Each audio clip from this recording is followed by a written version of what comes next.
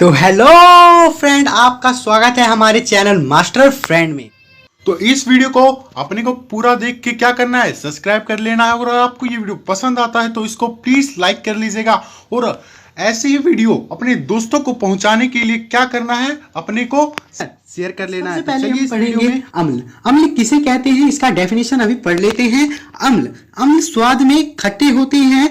यह नीले लिटमस को लाल में बदल देते हैं। यह जलीय विलयन में हाइड्रोजन प्लस आयन देते हैं, यानी कि जो स्वाद में जो खट्टे लगते हैं और ये जब इसके संपर्क में कोई नीला लिटमस आता है तो उसे लाल में बदल देता है। पर ये लाल लिटमस को नीला में नहीं बदलता, सिर्फ नीले को ही लाल में बदल देता है। घुलता है तो ये हाइड्रोजन प्लस आयन देते हैं, यानी कि ये जल में घुलनशील है। इतना हमें पता चल गया। उदाहरण हम देख लेते हैं। तो इसका उदाहरण होगा हाइड्रोक्लोरोसिन और HOSO4 सिट्रिक अम्ल, और हमारे दैनिक जीवन में यूज होने वाले सिट्रिक अम्ल जो नींबू जो आप देखा है कभी, टेस्ट आप तो करा ही होगा, वो नींबू हमें खट्टा लगता है, यानी कि वो अभी हमने पढ़ा अम्ल का डेफिनेशन। पर अम्ल जो है वो हमारा 2 पार्ट्स में डिवाइडेड होता है। कौन कौन से? एक तो सांद्र अम्ल में और एक तनु अम्ल में। तो देखते हैं सांद्र अम्ल किसे कहते हैं। सांद्र अम्ल जिसमें अम्ल अधिक मात्रा में और जल अल्प मात्रा में, अल्प मतलब कम मात्रा में होता है, तो वो हमारा सांद्र अम्ल कहलाता है। यानी कि जिस जलीय विलयन में अम्ल अधिक मात्रा में होता है तो वो, और पानी कम मात्रा में होता है तो वो हमारा सांद्र कहलाता है। और दूसरा तनु अम्ल जिसमें हमारा अम्ल वो है कम मात्रा में हो और जल अधिक मात्रा में हो तो वो हमारा तनु अम्ल। ये पूछा जाए कि हमसे कि ये सांद्र अम्ल को तनु अम्ल में कैसे बदलें और तनु अम्ल को सांद्र अम्ल में कैसे बदलेंगे, तो ये देख लेते हैं। जैसे कि हमने अभी पढ़ा कि इसमें अम्ल जो है वो अधिक मात्रा में है। किसमें है? सांद्र में अम्ल अधिक मात्रा में है, पर इसमें जल अल्प मात्रा में है, यानी कि कम मात्रा में है। तो इसको हम तनु में कैसे बदलेंगे? एक विलयन लेंगे जिसमें अम्ल है और जल है। इसमें जल क्या है? बहुत कम मात्रा में है, और विलयन है अम्ल, और अम्ल जो है वो अधिक मात्रा में है और जल कम मात्रा में है। तो हम क्या करेंगे, इसमें जल डाल देंगे, जिससे कि क्या होगा, जल की मात्रा अधिक हो जाएगी, जिससे यह सांद्र से तनु अम्ल में परिवर्तित हो जाएगा। जैसे कि इसमें डेफिनेशन है कि जिसमें अम्ल अल्प मात्रा में हो और जल अधिक मात्रा में। अभी हमने इसमें जल बढ़ाया तो ये क्या हुआ, सांद्र से तनु में परिवर्तित हो गया। अब तनु को सांद्र अम्ल में कैसे बदलेंगे? अब इसमें क्या है, हमारा जल जो है वो अधिक मात्रा में है और अम्ल कम है। तो हम क्या करेंगे, जैसे कि हम 8वीं और 9वीं में पढ़े हैं कि जल को वाष्पीकृत किया जा सकता है, तो इसे हम क्या करेंगे, वाष्पीकृत कर देंगे, जिससे कि जल की मात्रा कम हो जाएगी और अम्ल की मात्रा अधिक हो जाएगी। तो ये तनु सांद्र में परिवर्तित हो जाएगा। तो समझ में आया होगा। तो अब पढ़ते हैं क्षारक के बारे में। क्षारक किसे कहते हैं? क्षारक स्वाद में कड़वे होते हैं और ये लाल लिटमस को नीले में बदल देते हैं, पर नीले पर इसका कोई अधिकार नहीं होता, सिर्फ लाल लिटमस को ही ये नीले में बदलते हैं। ये जलीय विलयन में हाइड्रोक्साइड माइनस आयन देते हैं। ठीक है, तो क्या था, ये स्वाद में कड़वे होते हैं और ये लाल लिटमस को ही नीले में बदलते हैं, और ये जलीय विलयन में घुलनशील भी है और हाइड्रोक्साइड माइनस का आयन देते हैं। ठीक है, और इसका उदाहरण देखते हैं। इसका उदाहरण होगा NaOH, पोटेशियम हाइड्रोक्साइड और हाइड्रोक्साइड, यानी कि इसके बहुत से उदाहरण हैं। अब हम पढ़ते हैं क्षार के बारे में। तो क्षार किसे कहते हैं? क्षारक को क्षारक में थोड़ा सा कंफ्यूजन है, वो है क्या कि इसमें देखिए, इसमें क्या है, जल में घुलनशील क्षारक को ही क्षार कहते हैं, यानी कि जो जल में घुलनशील क्षारक होते हैं वो हमारा क्षार कहलाता है। तो अभी हमने पढ़ा अम्ल और क्षारक किसे कहते हैं और इनके डेफिनेशन क्या है। अब हम इनको पता कैसे लगाएंगे कौन से अम्ल है और कौन से क्षारक है। तो आप हमें कहोगे कि अभी आपने बताया कि अम्ल को टेस्ट करेंगे वो तो खट्टा लगेगा और क्षारक को टेस्ट करेंगे वो कड़वे लगेंगे, लेकिन हमें किसी भी रासायनिक लैब में किसी भी अम्ल और क्षारक को टेस्ट करने की अनुमति नहीं होती। अगर हम टेस्ट कर भी लेते हैं, उसे छूते ही हमारी त्वचा को कुछ ऐसे लवण होते हैं जो हमारी त्वचा को नुकसान पहुंचा देते हैं। तो हम कैसे पता लगाएंगे कौन सा अम्ल है और कौन सा क्षारक है? तो वो हमारा होता है जानने वाला कि कौन सा अम्ल है, कौन सा सूचक है। तो इसका डेफिनेशन क्या है? सूचक किसी भी दिए गए विलयन में अम्ल या क्षारक की उपस्थिति दर्शाते हैं। किस चीज कैसे दर्शाते हैं? इनका रंग या गंध अम्लीय वह क्षारक के माध्यम से बदल जाता है।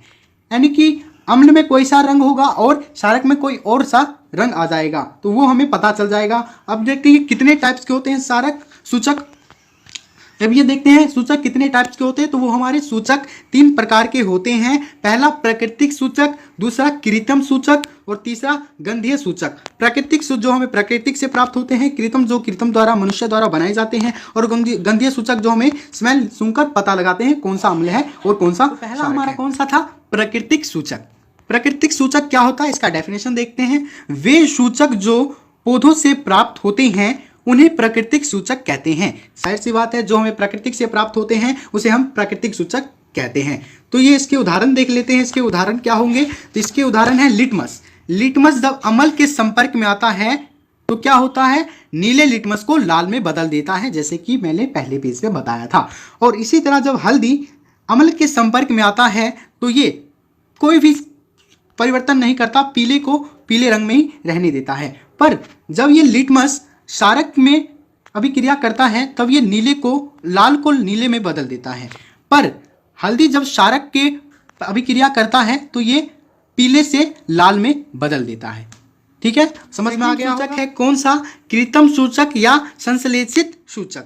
ये कौन से सूचक होते हैं, ये पढ़ लेते हैं इनका डेफिनेशन। वे सूचक जो रसायन द्वारा बनाए जाते हैं उन्हें कृत्रिम सूचक कहते हैं। अब इन्हें कौन बनाएगा, इंसान ही बनाएगा, इसलिए ये कृत्रिम सूचक कहलाते हैं। तो इसके उदाहरण देख लेते हैं।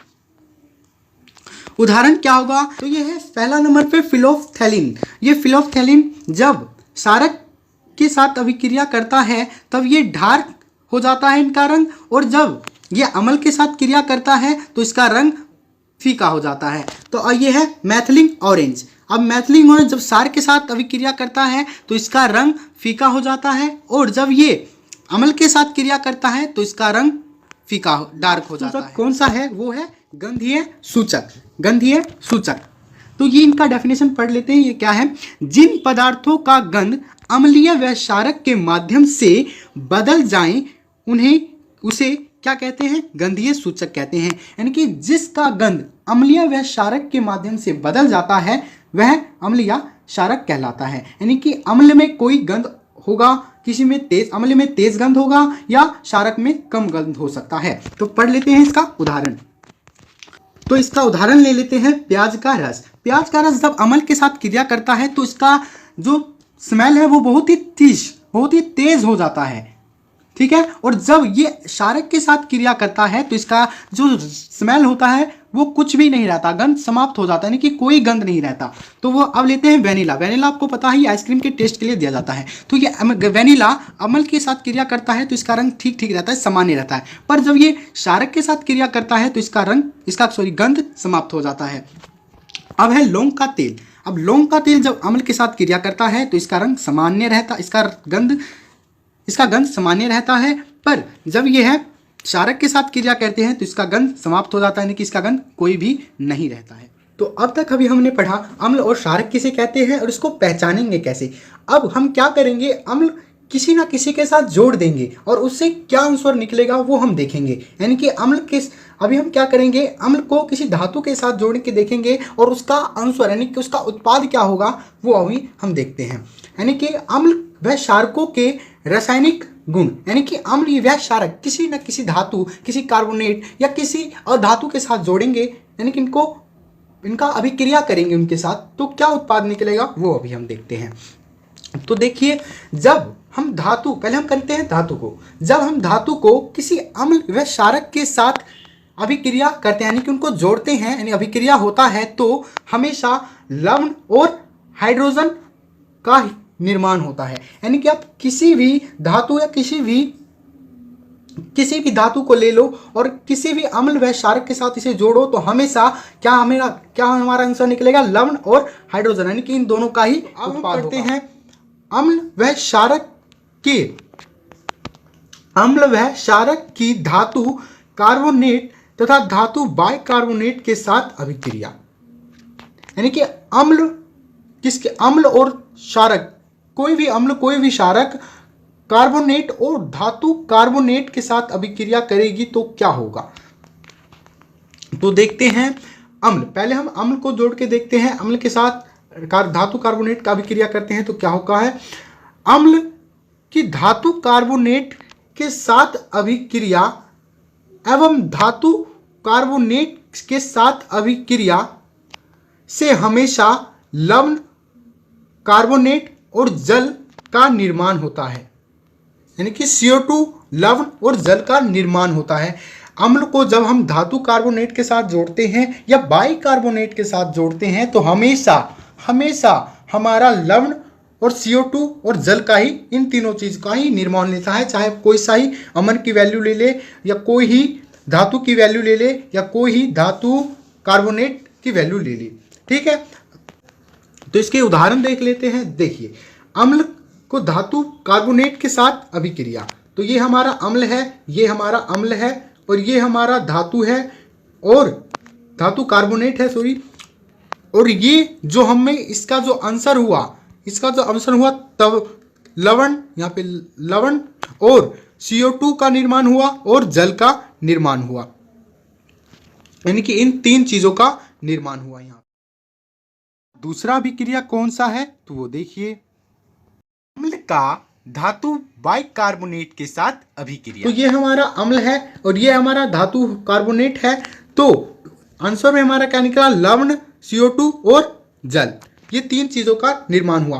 अब हम क्षारक के साथ क्यों नहीं जोड़ा, तो ये ध्यान देने वाली बात है। क्षारक धातु कार्बोनेट और धातु बाइकार्बोनेट के साथ अभिक्रिया नहीं करते, यानी कि इनका रूल है कि ये क्षारक जो है धातु कार्बोनेट और बाइकार्बोनेट के साथ अभिक्रिया नहीं करते। चलते हैं तो अब हम सेकंड पॉइंट पढ़ेंगे, अम्ल एवं क्षारक की परस्पर अभिक्रिया। यानी कि जब अम्ल और क्षारक दोनों ही अभिक्रिया करेंगे तो इनका क्या उत्पाद निकलेगा, तो इनका उत्पाद निकलेगा अम्ल और क्षारक जुड़ने पर हमेशा लवण और जल बनाते हैं। तो जैसा कि आप देख रहे हो, ठीक है, यानी कि अम्ल जब क्षारक के साथ अभिक्रिया करते हैं, ये दोनों साथ में जुड़ते हैं तो हमेशा लवण और जल का निर्माण करते हैं। तो अब हम पढ़ेंगे उदासीनीकरण अभिक्रिया किसे कहते हैं। उदासीनीकरण अभिक्रिया क्या है, तो इसका डेफिनेशन होगा कि जब अम्ल और क्षारक परस्पर अभिक्रिया करके एक दूसरे के प्रभाव को समाप्त कर लवण तथा जल का निर्माण करते हैं तो इस प्रकार की अभिक्रिया को उदासीनीकरण अभिक्रिया कहते हैं। जैसे कि अभी हमने पिछले पॉइंट में पढ़ा कि अम्ल और क्षारक अभिक्रिया करके लवण और जल का उत्पाद करते हैं, जल और लवण का निर्माण करते हैं, तो उसी चीज को हम कहेंगे उदासीनीकरण अभिक्रिया, क्योंकि इसने अपने भाईचारों का क्या किया, गुणों को, प्रभावों को समाप्त कर दिया। एक दूसरे के प्रभावों को समाप्त करना ही उदासीनीकरण अभिक्रिया कहलाता है। अब हमारा 7 पॉइंट है क्या, अम्ल के साथ धात्विक ऑक्साइड की अभिक्रिया। ऑक्साइड का मतलब जिसमें धातु के साथ ऑक्सीजन जुड़ा हो, ठीक है। लेकिन इस अभिक्रिया में ध्यान देने वाली बात है क्या, धात्विक ऑक्साइड की एक तरह से क्षारक माना जाता है, यानी कि धात्विक ऑक्साइड को हम क्षारक मानते हैं। इसका उदाहरण देके मैं और इसको पक्का कर देता हूं आपके माइंड में। तो देखिए, अम्ल और धात्विक ऑक्साइड के साथ जुड़कर क्या लवण और जल बनाते हैं। क्यों बनाते हैं, क्योंकि ये जो धात्विक ऑक्साइड है ये तो क्षारक है, क्योंकि क्षारक अभी हमने पढ़ा था, जब क्षारक और अम्ल मिलते हैं तो लवण और जल बनाते हैं, तो ये एक तरह के क्षारक ही है, तो वही दोनों चीज बनाएंगे, लवण और जल बनाएंगे, ठीक है। क्षारक के साथ अधात्विक ऑक्साइड की अभिक्रिया, यानी कि क्षारक के साथ अधात्विक ऑक्साइड का जुड़ा होना, तो इसके उत्पाद में क्या होगा तो हम पढ़ते हैं। लेकिन इसमें हाईलाइट क्या है, अधात्विक ऑक्साइड को अम्ल माना जाता है। लो फिर से वही, अम्ल किसको माना जाता है, अधात्विक ऑक्साइड को। धात्विक ऑक्साइड को क्षारक मानते थे, लेकिन इसका अपोजिट है, अधात्विक ऑक्साइड को अम्ल माना जाता है। अम्ल तो क्या होगा, वही होगा जो अभी ऊपर हुआ था, अम्ल और क्षारक अभिक्रिया करेंगे तो क्या बनाएंगे, सेम जल और लवण बनाएंगे। तो इसको अब ज्यादा पढ़ने की ध्यान नहीं है, क्योंकि अब हमारे दिमाग में पूरा बैठ गया है।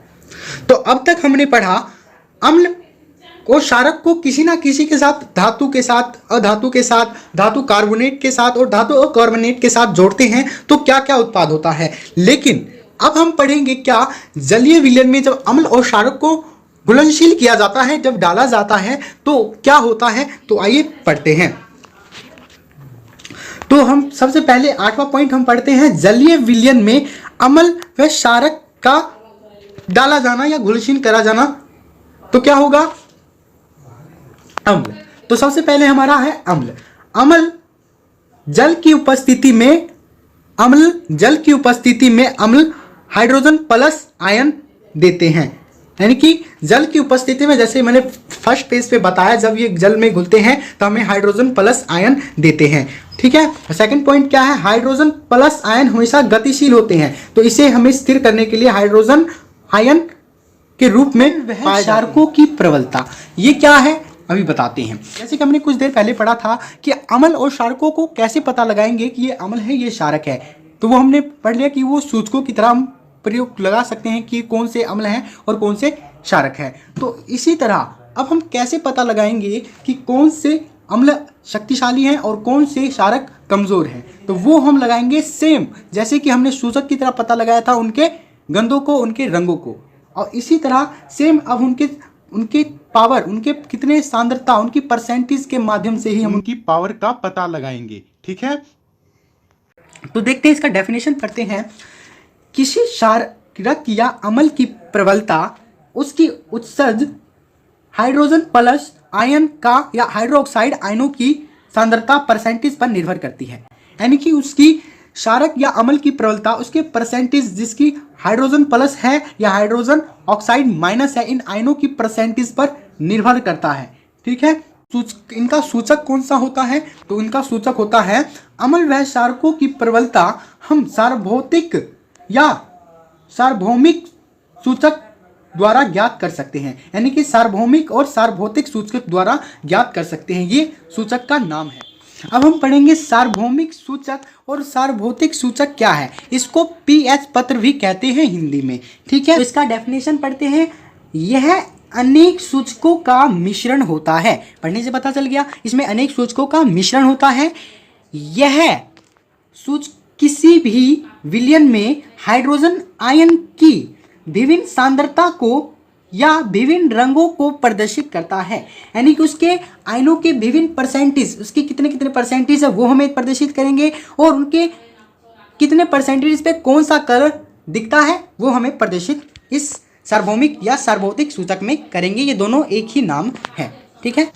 तो देखिए, ये सूचक कुछ इस प्रकार से होता है। इसमें हमें अम्ल और क्षारक की प्रबलता और दुर्बल का पता चलता है। तो कैसे पता चलता है, तो आइए देखिए। मैंने आपको बताया कि हाइड्रोजन किस में होता है, अम्ल में होता है, और हाइड्रोक्साइड किस में, क्षारीय में होता है। यहाँ पे जो है हमारा अम्ल कम है, लेकिन यहाँ पे क्षार ज्यादा है, इतना ज्यादा है। ठीक है। तो ये क्या कहलाएगा, क्षारीय कहलाएगा। लेकिन अब लेफ्ट साइड क्या है, यहाँ पे अम्ल की सांद्रता ज्यादा है और क्षारीय की सांद्रता कम है। देख रहे हो आप, तो ये क्या कहलाएगा, अम्लीय कहलाएगा। यानी कि अम्लीय प्रबल है यहाँ पे।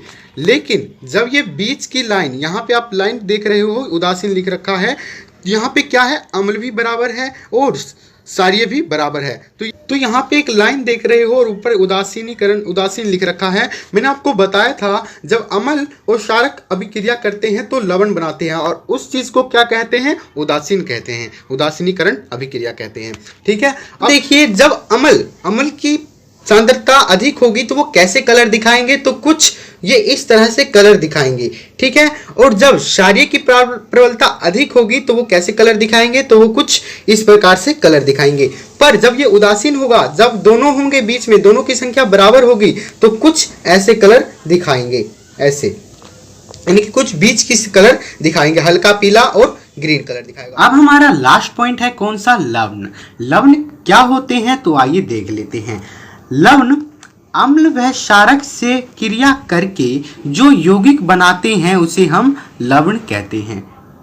पढ़ाया है मैंने, जो क्षारक और लवण क्रिया करके यौगिक बनाते हैं उन्हें हम लवण कहते हैं। ठीक है। तो ये लवण कुछ ऐसे भी सोडियम हो सकते हैं, कैल्शियम लवण हो सकते हैं, क्लोराइड लवण हो सकते हैं, सल्फेट लवण हो सकते हैं। इनको उद्योगों में प्रयोग किया जाता है इन लवणों। अब हमारा अगला पॉइंट है अम्लीय लवण क्या होते हैं, उदाहरण दे। अम्लीय लवण वे लवण जो प्रबल अम्ल तथा दुर्बल अम्ल की क्रिया से बनते हैं उसे हम अम्लीय लवण कहते हैं। क्या यानी कि जिसमें हमारा प्रबल क्या हो, अम्ल हो, और दुर्बल हमारा क्षारक हो, और ये दोनों अभिक्रिया करेंगे तो क्या बनाएंगे, अम्लीय बनाएंगे। ठीक है। अब हमारा अगला है पॉइंट क्षारीय लवण किसे कहते हैं, यानी कि वे लवण जो दुर्बल अम्ल तथा प्रबल क्षारक की क्रिया से बनते हैं वो क्षारीय अम्ल कहलाते हैं। यानी कि हमारा अम्ल कमजोर है और प्रबल हमारा क्षारक है, यानी कि प्रबल हमारा क्षारक है, ये दोनों मिलकर क्या बनाएंगे, क्षारक बनाएंगे।